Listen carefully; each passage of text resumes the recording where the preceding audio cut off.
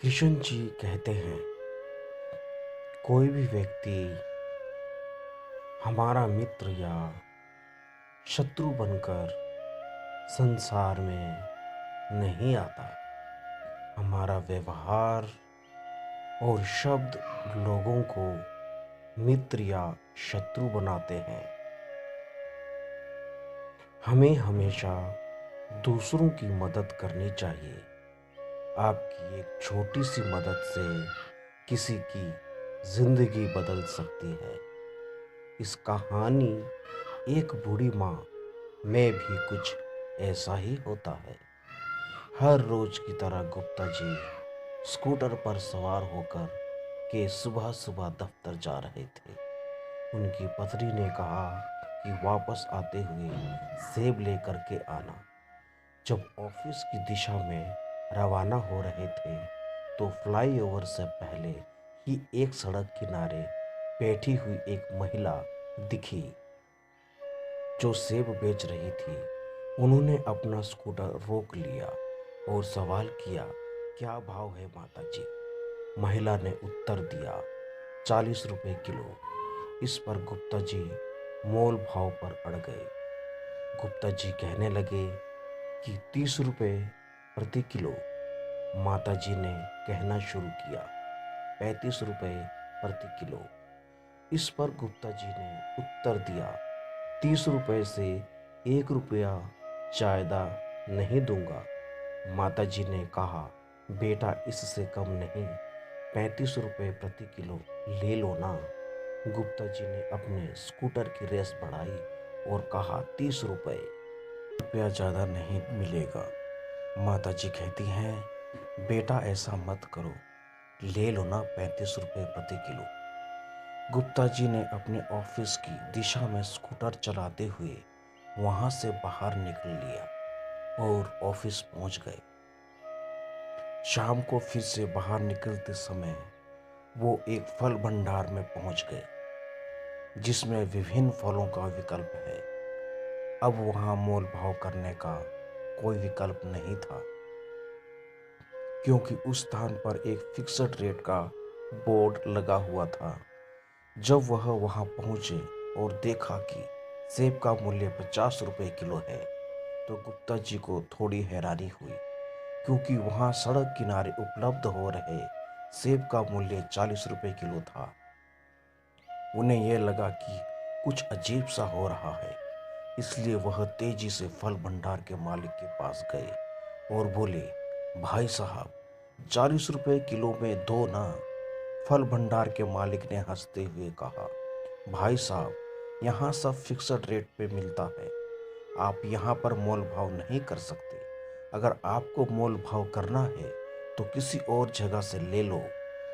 गुप्ता जी ने कहा, ठीक है, लेकिन मुझे पता चला कि बाहर की दुकानों में तो यही रेट है।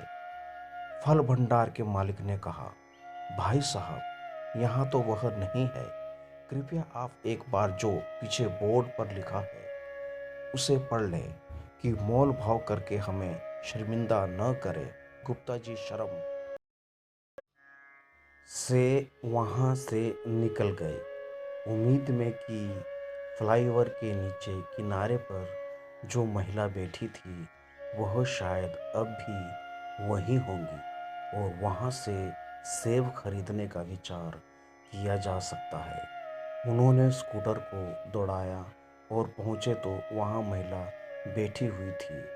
महिला ने गुप्ता जी को पहचान लिया और कहने लगी कि 35 रुपए किलो, बस मोल भाव मत करो। गुप्ता जी मुस्कुराए और कहा, कोई बात नहीं माता जी, आप 2 किलो सेब पैक कर दीजिए और इसके लिए मैं आपको 100 रुपए दे दूंगा। महिला ने कहा, मेरे पास खुले पैसे नहीं हैं। शर्मा जी ने कहा, खुले की ज़रूरत नहीं है, आप रख लो, 100 रुपए और 2 किलो सेब मुझे दे दो। महिला ने मुस्कुराते हुए कहा, आपका बहुत धन्यवाद। गुप्ता जी ने कहा कि मैं अभी अभी एक बड़ी दुकान में देख कर आया हूँ, वहाँ पर भी सेब 50 रुपए किलो ही मिलते हैं। तो वहाँ से लेने से अच्छा है कि मैं आपके यहाँ से ले लूँ। माता जी की आंखों में आंसू आ गए। उन्होंने कहा, मैं कैसे बताऊँ, हमारी स्थिति इतनी कठिन हो गई है कि सड़क किनारे फल बेचने में मजबूर हूँ। मेरे पति की मृत्यु हो गई थी और वे बीमार थे। कर्जा भी बढ़ गया और हम सबसे सहारा मांगते रहे। इसी कष्ट से बाहर निकलने के लिए मुझे सड़क किनारे ये फल बेचने पड़ रहे हैं। ये एक आशा है कि कोई इसे खरीद लेगा, लेकिन कोई खरीदता ही नहीं। इस पर गुप्ता जी ने कहा, इस तरह की बातें मत करो। मैं कल सुबह फिर आऊँगा और कुछ और पैसे लेकर तुम्हारे पास आऊँगा। घर पहुंचकर गुप्ता जी ने अपनी पत्नी को 2 किलो सेब दे दिए और उनसे कहा, मुझे 500 रुपये का एक नोट ला कर के दो, कल किसी की मदद करनी है। मैडम ने पूछा, क्या हुआ? और गुप्ता जी ने उन्हें पूरी कहानी सुनाई। उन्होंने कहा, हम पता नहीं क्यों मोल भाव करते हैं।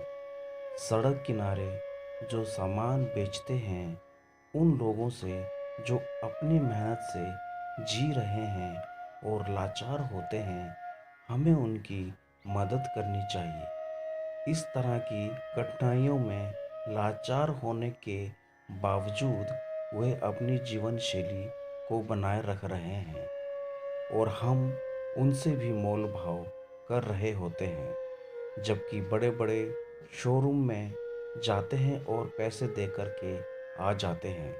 अगले दिन गुप्ता जी ने माता जी के पास पहुंचकर 500 का नोट दिया और कहा, माता जी, आप अब कर्जा चुकाना शुरू करें और फल लाना शुरू करें मंडी से। माता जी ने कहा, बेटा, तुम्हारे 500 रुपये का कर्जा मैं कैसे चुकाऊंगी? गुप्ता जी ने कहा, चिंता मत करो, मैं आपसे फल खरीदता रहूंगा।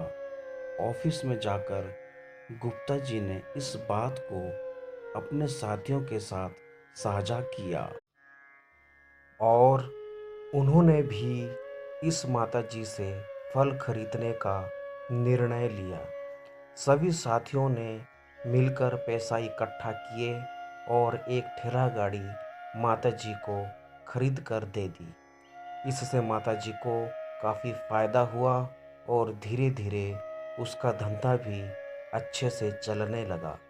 हमें हमेशा दूसरों की मदद करनी चाहिए। आपकी एक छोटी सी मदद से किसी की ज़िंदगी बदल सकती है।